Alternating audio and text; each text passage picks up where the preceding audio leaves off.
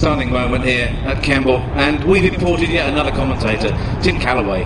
What do you know about the Vulcan? Well, one thing I do know about the Vulcan is it's an amazing thing to see it here flying again. Public donations, lottery money, all this kind of public support that's kept this aeroplane flying. One person I'd like to mention in particular, of course, Dr. Robert Plenning. I saw him at Kemble Airshow in a neck brace, having just had major spinal surgery. The man was in agony, but he was at Farnborough in order to make sure he raised the money and raised the awareness of the Vulcan project amongst the companies that display at Farnborough. And that's the level of dedication that's gone into this machine.